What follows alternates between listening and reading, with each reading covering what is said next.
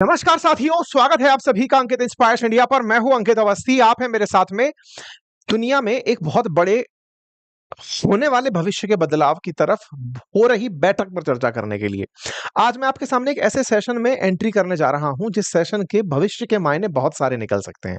ऐसा मैं क्यों कह रहा हूं? क्योंकि अमेरिका के रक्षा मंत्री, जिन्हें पहले डिफेंस मिनिस्टर कहा जाता था, आजकल मिनिस्टर ऑफ वॉर के नाम से जाना जाता है, क्योंकि उन्होंने अपने डिपार्टमेंट का नाम बदलवा लिया।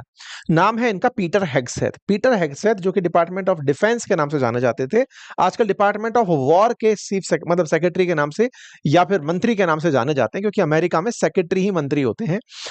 इनके डिपार्टमेंट के द्वारा अमेरिका के तमाम जनरल्स की बैठक बुलाई गई है। अब ये बात कहेंगे कि सर, ये तो अधिकारी लोगों को बुलाया जा ही सकता है, क्या ये काम भी नहीं कर सकती कि सरकारें कर सकती हैं?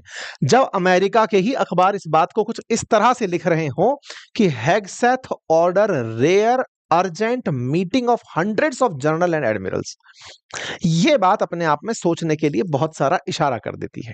वॉशिंगटन पोस्ट की इस खबर से दुनिया भर के अंदर अखबारों के अंदर एक बहुत बड़ी मिस्ट्री क्रिएट हो गई है कि ये ऐसी मिस्टीरियस मीटिंग क्यों हो रही है, यानी कि अमेरिका ऐसी मीटिंग क्यों कर रहा है। आप पूछेंगे, अधिकारियों की मीटिंग में इतनी क्या दिक्कत है? बिल्कुल वैसे ही जैसे याद करिए कि रूस ने कुछ दिनों पहले बेलारूस के साथ मिलकर जापड़ नाम की एक एक्सरसाइज की थी, और उस जापर एक्सरसाइज को किया गया था बिल्कुल यूक्रेन और पोलैंड के बॉर्डर पर। उम्मीदें जताई गई थी कि रशिया ने अपनी ताकत 1 लाख से अधिक सैनिकों की इकट्ठा कर दुनिया को यह दिखा दिया कि हम पोलैंड पर हमला करने के लिए बाल्टिक देशों पर हमला करने की तैयारी में हैं। ऐसे समय पर जब अमेरिका इन बातों को पूरी तरह से जानता हो, कहता हो कि यूक्रेन का पूरा अधिकार है कि वो अपना क्षेत्र वापस ले सकता है, और उस समय पर हंड्रेड्स ऑफ जनरल्स को दुनिया भर से बुलाकर, आप में से कुछ लोग हो सकता है यह बात से आश्चर्य करें, दुनिया भर से बुलाकर मतलब क्या है? देखिए, आपको हो सकता है ये मुगालता हो कि आप स्वतंत्र देश में रहते हैं, अमेरिका को नहीं है। अमेरिका को लगता है कि हम सब उसके अधीन हैं। दुनिया भर में उसने अपने जनरल्स को छोड़ा हुआ है, पूरी दुनिया को उसने अपने हिसाब से बांटा हुआ है। आज भारत भी उसके इंडो पैसिफिक कमांड के अधीन आता है। उसकी सेना भारत पर इंटरफेरेंस रखती है। वो अपने हिसाब से भारत पर कभी भी अगर कोई कार्रवाई करना चाहे तो वो सोचता है कि मेरी सेना कहां से उड़कर जाएगी। उसने पूरी दुनिया को डिफरेंट डिफरेंट कमांड्स में बांटा हुआ है, जहां पर प्रॉपर तरीके से मिलिट्री जनरल्स होते हैं, आर्मी के, नेवी के, एयरफोर्स के जनरल्स बैठते हैं, 4 स्टार जनरल्स बैठते हैं, फिर उनके साथ में उनके अधीनस्थ बैठते हैं। पूरी व्यवस्था दुनिया के लगभग 80 देशों में तो ये सीधे सीधे प्रेजेंट है, जहां से ये पूरी दुनिया को अपने कंट्रोल में रखते हैं। दुनिया में अमेरिका ऐसे ही अपना वर्चस्व नहीं रखता है। लेकिन आज जब इन सबको एक साथ बुलाने की बात हो रही हो, तो सवाल सीधा इस बात पर कि क्या दुनिया में कुछ बड़ा होने जा रहा है। ऐसे समय पर जब अमेरिका में अभी यूएन की बैठक संपन्न हुई हो और उसमें रशिया यूक्रेन की कोई बात भी ना हुई हो, ऐसे समय पर जब रशिया यूक्रेन के मामले में रूस आए दिन अपनी सीमाएं क्रॉस कर रहा हो, कभी वो पोलैंड में जाकर बम बरसा रहा है, तो कभी डेनमार्क के ऊपर उड़ा दे रहा है, कभी बाल्टिक कंट्रीज के ऊपर से हवाई जहाज निकाल दे रहा है, अलास्का तक, यानी अमेरिका का वो जिला, अमेरिका का वो राज्य जहां पर पुतिन और ट्रंप की कुछ दिनों पहले मुलाकात हुई, वहां पर जब रूसी फाइटर जेट्स देखे जा रहे हैं, तो कुछ ऐसा तो नहीं है जिस पर आप और हमारी नजर ना हो। भले आपकी और हमारी नजर ना हो, लेकिन दुनिया इन सब बातों पर नजर बनाए हुए है कि किसी ना किसी के साथ तो कुछ लफड़ा है, जो कि ये बिना बताए कर रहे हैं। आप में से कुछ लोग कहेंगे कि है केवल माहौल बनाने वाली बात है। अक्सर ऐसा होता है, अक्सर ऐसा होता है। G7 की मीटिंग छोड़ करके जब ये निकले थे, तब भी नहीं बताया था कि करने क्या जा रहे हैं, लेकिन बॉम्बर उड़ करके ईरान पर हमला कर दिए थे। और आसान करता हूं, इंडिया को जब ऑपरेशन सिंदूर करना था, भारत के प्रधानमंत्री सऊदी की यात्रा से लौटे थे, मीटिंग्स का दौर चला था, सेना के प्रमुख अधिकारी सभी लोग दिल्ली के अंदर जुटे थे, और कुछ दिनों बाद ऑपरेशन सिंदूर हो गया था। अक्सर जिन लोगों का काम ही युद्ध लड़ना हो, डिपार्टमेंट का नाम हो, युद्ध का डिपार्टमेंट हो, और वो सब लोग बैठकर अगर मंत्रणा करने के लिए अर्जेंट बुलाए जाएं, तो चिंता तो होती है, और ये चिंता सबसे पहले बाजार को दिखती है। इसीलिए बाजार आज गिरा पड़ा है। आज के सेशन में जिक्र होगा, हालांकि केवल एक ही यही कारण नहीं होगा, और भी बहुत से कारण हो सकते हैं बाजार के, लेकिन बाजार की गिरावट को अगर आप पढ़ना जानते हैं और उससे लाभ कमाना चाहते हैं, क्योंकि बाजार से लोग गिरते बाजार से भी और चढ़ते बाजार से भी पैसे कमाते हैं। आप बियर हैं या बुल हैं, आप किस तरफ बैठे हैं, आप स्टॉक्स में किस तरफ डील करना चाहते हैं, आप दोनों तरफ से लोग पैसे बनाते हैं। अगर आप भी चाहते हैं कि स्टॉक आपके लिए कुछ फायदे का काम करे, तो आपका स्वागत है। इन्वेस्टमेंट का मतलब इन्वेस्टमेंट अगर आप नॉलेज के लिए करना चाहते हैं तो हमारा सेशन आपके लिए उपलब्ध है। बातें बाजार की एप्लीकेशन पर स्टॉक मार्केट से जुड़ी सभी तरह की जानकारी एक ही क्लास में उपलब्ध है। पूरा हमने एक कोर्स बनाकर बातें बाजार की एप्लीकेशन पर डाला हुआ है, लिंक कमेंट बॉक्स में पिन है, आप जाकर वहां से उसे देख सकते हैं। आइए साथियों, कहानी है अमेरिका में इकट्ठे हो रहे सैकड़ों की संख्या में यूएस जनरल्स की, लेकिन इसके बारे में कहा यही जा रहा है कि मीटिंग क्यों हो रही है ये नहीं पता है। कहां हो रही है? तो ये क्वांटिको वर्जीनिया के अंदर बुलाई गई है। ऐसी जानकारी नेक्स्ट ट्यूसडे के दिन ये मीटिंग होने वाली है। यूएस ऑफिशियल्स ने सीएनएन को यह जानकारी दी कि सर इसका रीजन क्लियर नहीं है कि ये मीटिंग क्यों हो रही है। They have heard theories ranging from group physical fitness test, कोई कह रहा है कि उनको ब्रीफिंग दी जाएगी डिफेंस डिपार्टमेंट की, कोई कह रहा है उनको मतलब बहुत सारे ऑफिसर्स को नौकरी से निकाला जाना है इसलिए बुलाया जा रहा है। कुछ कह रहे हैं कि ये एक जनरल्स का स्क्विड गेम होगा जिसमें से कौन सा जनरल रहेगा कौन सा जाएगा ये नहीं पता चलेगा। कुछ लोग कह रहे हैं कि उनको एक ही जगह पर बुला करके कुछ नए हथियार दिखाए जाएंगे। तमाम प्रकार के कयास चलाए जा रहे हैं। वॉशिंगटन पोस्ट ने भी अपनी तरफ से इस बात को रखा कि कहा कि साहब नेक्स्ट वीक ट्यूसडे के दिन सारे जनरल्स आ रहे हैं। ट्रंप से जब इस बारे में सवाल पूछा गया तो उन्होंने कहा इसमें क्या दिक्कत है, क्या जनरल्स आ नहीं सकते, क्या इसमें गलत क्या है, आपको ये बड़ी बात लग क्यों रही है। इन्होंने ये कह के इस बात को बाईपास कर दिया कि इनका आना आप लोगों के लिए इतनी बड़ी बात क्यों है। अगर दुनिया भर में हमारे बैठे हुए जनरल एक जगह एकत्रित हो रहे हैं तो इसमें गलत क्या है। हमारे पास बहुत सी नई नई मशीनें हैं, हम वो दिखा देंगे। हमारे पास बहुत सारे वेपन्स हैं, हम अपने जनरल्स को वो बता देंगे। साथियों मैं आपको बता दूं इनके पास लिस्ट ऑफ जनरल्स है। मतलब आप देखें जैसे हमारे यहां पर आर्मी नेवी एयरफोर्स इनके जनरल होते हैं, ऐसे ही इनके यहां पर बहुत सारे जनरल्स तो हैं ही हैं इनकी सेनाओं के। फिर इनके साइबर का अलग जनरल होता है, स्पेस का अलग जनरल होता है। इनके यहां पर सेंट्रल कमांड का अलग, अफ्रीकी कमांड का अलग, है ना, नेशनल सिक्योरिटी एजेंसी का अलग, सेंट्रल सिक्योरिटी सर्विस का अलग, यूरोपियन कमांड का अलग, सुप्रीम अलाइड कमांड का अलग, यूएस इंडो पैसिफिक कमांड का, नदर्न कमांड का, north American air space defence का, तमाम प्रकार के इनके पास कमांडर्स होते हैं। लगभग 44 जनरल होते हैं अमेरिका के अंदर। ठीक है, 44 जनरल यानी 4 स्टार रैंक के अधिकारी अमेरिका में जनरल जिन्हें कहा जाता है वो प्रेजेंट है, क्योंकि उसने पूरी दुनिया पर राज जो करना है। मैंने आपसे पहले भी कहा उसने अपने सहूलियत के हिसाब से दुनिया को बांटा हुआ है। जैसे गल्फ वाला जो हिस्सा है वो इसकी सेंट्रल कमांड होल्ड करती है, इंडिया वाला हिस्सा इंडो पैसिफिक कमांड, अफ्रीका वाली अफ्रीकन कमांड, यूरोप वाली यूरोपियन कमांड, ऐसे ही सदर्न कमांड, ऐसे ही मतलब ये इन्होंने पूरी तरह से अपनी कमांड्स बनाई हुई हैं जिनका काम है पूरी दुनिया पर पूरी तरह से ताकत लगाकर हमला करने की तैयारी में रहना। जब भी कोई देश इनके खिलाफ कोई हरकत करे उसकी सूचना जुटाना। मतलब आप सोचिए कि 3 पेज पे तो इनका नाम ही नाम है। मतलब इतने सारे अधिकारी होते हैं। इनकी सेना का सिस्टम बिल्कुल अपनी तरह ही होता है। सबसे ऊपर 4 स्टार जनरल ही होते हैं, और जैसे भारत के अंदर तीनों सेनाओं के प्रमुख प्रेसिडेंट होते हैं, इनके यहाँ पर भी मिलिट्री डिपार्टमेंट के हेड प्रेसिडेंट ही होते हैं। इन तीनों सेनाओं के अलावा यहाँ पर कुछ यूनिफाइड कमांड्स भी होती हैं, और साथ ही साथ में फिर ज्वाइंट चीफ ऑफ स्टाफ भी होते हैं। जैसे हमारे यहाँ पर सीडीएस होता है, ऐसे इनके यहाँ भी होता है जो डायरेक्ट प्रेसिडेंट को रिपोर्ट करता है। डिफेंस में बहुत सारी एजेंसीज भी हैं इनके यहाँ पर, जैसे कि पॉलिसी से रिलेटेड, कंट्रोलर से रिलेटेड, पर्सनल से, मतलब ये तमाम प्रकार की एजेंसीज हैं जो कि सेक्रेटरीट की तरह काम करती हैं। एक रिपोर्ट के अनुसार सितंबर 2025 तक अमेरिका के पास जनरल और एडमिरल लेवल की अगर बात की जाए तो अधिकारियों की संख्या 800 से अधिक है, जो पूरी दुनिया के अंदर कहीं ना कहीं पोस्टेड हैं। 800 जनरल और एडमिरल लेवल के लोगों की संख्या अमेरिका में। ऐसे में इन सब का जो ये सब जनरल जिसे रिपोर्ट करते हैं वो व्यक्ति, वैसे करते तो प्रेसिडेंट को है, लेकिन प्रेसिडेंट के लिए एक रक्षा मंत्री भी तो होगा। तो जो रक्षा मंत्री है यहां पर वो है पीटर हेगसेथ। इनका जब काम इनको मिला उसके बाद इन्होंने कहा कि सर हम लोग रक्षा नहीं करते, हम हमला करते हैं। हम अपने ऊपर आने वाली चीज से, रक्षा तो वो लोग करें जिन्हें डिफेंस की जरूरत है। आप सोचकर देखिए ना कि आपका क्या काम है। सब हम डिफेंस करते हैं, इसका मतलब कोई आप पर आकर हमला करेगा तो आप डिफेंस करेंगे ना। लेकिन अमेरिका डिफेंस थोड़ी करता है, डिफेंसिव थोड़ी रहता है, वो तो एग्रेसिव रहता है, वो तो कॉम्बैटिंग पोजीशन में रहता है, वो तो युद्ध करने जाता है। बोले हम डिफेंस नहीं, अटैक करते हैं। इसलिए इन्होंने अपने आते डिपार्टमेंट का नाम लगवाया कि डिपार्टमेंट ऑफ डिफेंस मत बोलिए सर मेरे डिपार्टमेंट को, डिपार्टमेंट ऑफ वॉर बोलिए, क्योंकि अमेरिका वॉर में कूदता है। तो साहब अब कारण निकाले गए कि पीटर हेगसेथ जिन्होंने डिपार्टमेंट ऑफ वॉर बनाया, क्या कारण हो सकता है कि जनरल्स को इकट्ठा कर रहे हैं। तो पहले की कुछ न्यूज से इस बात को रिलेट किया गया। मई 2025 के अंदर एक खबर निकल कर आई थी जिसमें उन्होंने कहा था कि मुझे लगता है कि टॉप लेवल लेवल पर 20% ऑफिसर्स की संख्या को कम कर दिया जाना चाहिए। उस समय ये न्यूज काफी ज्यादा निकली थी कि साहब ज्यादा सीनियर ऑफिशियल्स की जरूरत क्या है, वो सब केवल ऑफिसेज में बैठकर ब्यूरोक्रेसी में इन्वॉल्व होते हैं। अच्छा, ये वास्तविकता भी होती है। पुलिस के अंदर भी यही सबसे बड़ी दिक्कत होती है कि सीनियर लेवल पे पहुंच करके अधिकारी अपने ऑफिसेज में बैठे रहते हैं। काम जो करना है, सबसे ज्यादा जो काम करता है वो इंस्पेक्टर और इंस्पेक्टर से नीचे के जो अधिकारी या फिर जो जवान है, वो काम फील्ड में सबसे ज्यादा एक्टिव रहते हैं। पुलिस में सबसे ज्यादा जो उम्मीद की जाती है वो इंस्पेक्टर लेवल के अधिकारियों से की जाती है। उसके ऊपर तो सब कैबिन में शिफ्ट होते चले जाते हैं। फिर तो जब भी आप किसी भी अधिकारी को अपॉइंट करते हैं, वो भी उन्हीं से ही काम करवाएगा। तो नीचे के लेवल पर ज्यादा सैनिकों की जरूरत होती है, अधिकारियों की जरूरत होती है। तो इनका बहुत ही स्पष्ट विजन था कि हम क्यों जबरदस्ती ऊपर कैबिन भर भर के लोगों को रखते जा रहे हैं, सेना को ज्यादा पावरफुल किए जाने की जरूरत है। इनका तो ये तक मानना था एक समय पर, जनवरी 2025 का इनका एक वीडियो वायरल है जिसमें ये कहते हैं कि हमने जब सेकेंड वर्ल्ड वॉर जीता था उस समय हमारे पास 7 जनरल थे मात्र, और हमने अब 44 ऐसे जनरल बिठा रखे हैं जो मतलब प्रॉपर 4 स्टार जनरल्स अमेरिका में बैठे हुए हैं।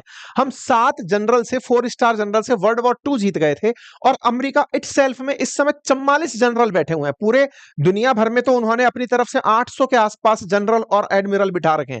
बोले अमेरिका इटसेल्फ में इस समय 44 बैठे हुए हैं, क्या जरूरत है इतने सारों को रखने की? ये इस मानसिकता के लोग हैं। ठीक है साहब। अच्छा, इसीलिए ये न्यूज मायने रखती है कि इतने सारे लोगों को क्यों बुलाया गया है। क्या इनकी मास फायरिंग करने वाले हैं, पहले बुलाएं और फिर कहें कि चलो दौड़ के दिखाओ, कौन दौड़ेगा ज्यादा उसको नंबर मिलेंगे? नहीं, ये केवल ध्यान बटाने का प्रयास है जो किया जा रहा है। कुछ लोगों का कहना है कि हो सकता है उनका कमांड रीडिस्ट्रीब्यूट किया जाए। ये ऑफिशियल काम है, बैठे बैठे ऑफिस में भी किया जा सकता है, सबको बुला के करने की जरूरत नहीं है। तीसरा जो दिमाग जो सबका दौड़ रहा है कि इसके बहाने ये कुछ हिडन प्लान तो नहीं कर रहे हैं। हिडन प्लान से मतलब, देखो अमेरिका बड़ा युद्ध अभ्यास नहीं करता, जैसे रूस ने करके दिखाया शक्ति प्रदर्शन, वो नहीं करता। अमेरिका ने अपने एडमिरल्स को बुला लिया। आपको याद होगा अभी थोड़े दिन पहले दो बहुत बड़ी परेड चर्चा में आई थी। एक तो थी अमेरिका की विक्ट्री, मतलब वो परेड थी जिसमें उनकी सेना अपना स्थापना दिवस मना रही थी, जब सैनिक बड़े ही लिथार्जिक तरीके से चलते फिरते जा रहे थे। और एक चाइना वालों की थी जिसमें भाई साहब दुनिया को इन्होंने माहौल बना के दिखा दिया कि बिल्कुल रोबोट जैसे हमारे सैनिक हैं। शक्ति प्रदर्शन दोनों तरफ से चल रहा था। दोनों तरफ के शक्ति प्रदर्शन में अमेरिका वालों का नजरिया सबको समझ में आ गया कि ये मशीनों से खेलने वाले लोग हैं, ये मशीनों से युद्ध जीतते हैं। ठीक है साहब। ऐसे में ट्रंप और चाइना के बीच युद्ध होने की फिलहाल संभावना इसलिए कम की जा रही है क्योंकि इनके बीच सब ठीक चल रहा है। चाइना मान गया टिकटॉक देने के लिए, आज की ताजा खबर है, वो टिकटॉक देने पर तैयार हो रहा है, ट्रंप उसके ऊपर साइन करने के लिए बैठे हुए हैं। तो चाइना के साथ तो अभी कुछ होने वाला नहीं है। इन जनरल्स को बुलाकर चाइना के खिलाफ कोई माहौल तैयार नहीं हो रहा। वेनेजुएला के साथ इस समय अमेरिका की थोड़ी बहुत बिगड़ी हुई है, लेकिन उसके लिए इतने सारे जनरल्स बुलाने की जरूरत नहीं है कि आओ और युद्ध करें। अमेरिका उसको किसी भी तरह से सेटल कर सकता है। इसके अलावा मिडिल ईस्ट के अंदर ईरान जो कि ऑलरेडी सरेंडर है, उसके सामने कोई आवश्यकता नहीं है। इजराइल की अगर बात की जाए तो वो कोई बहुत बड़ी बात नहीं है। ट्रंप बोल चुके हैं कि मैं इजराइल को वेस्ट बैंक को एनेक्स नहीं करने दूंगा। अभी कल ही इन्होंने बयान दिया है कि भाई मैं इजराइल से कहूंगा कि वो वेस्ट बैंक को अनेक्स ना करे। ये मुस्लिम और ये अरब वर्ल्ड के देश आए थे, मैंने उनको समझा दिया और इजराइल ये नहीं करेगा। इन्होंने ये वाली बात, इजराइल अमेरिका के लिए कोई थ्रेट नहीं है, उसका अपना ही माउथ पीस है। तो ये भी कोई बड़ा मुद्दा नहीं है। बड़ा मुद्दा क्या है? बड़ा मुद्दा है पुतिन। ऐसा मैं क्यों बोल रहा हूं, अब इस घटना को थोड़ा विस्तार से समझना। कुछ दिनों पहले मैंने आप लोगों को एक सेशन में बताया था कि पुतिन ने हाल ही में एक बहुत बड़ा युद्ध अभ्यास किया था, और उस युद्ध अभ्यास के अंदर भारतीय सेना भी शामिल हुई थी, और ये बड़ा जापड़ नाम से एक्सरसाइज थी। और ये एक्सरसाइज जब यूक्रेन पर युद्ध हुआ था ना, उससे पहले आयोजित हुई थी, और उसके बाद अब आयोजित हुई।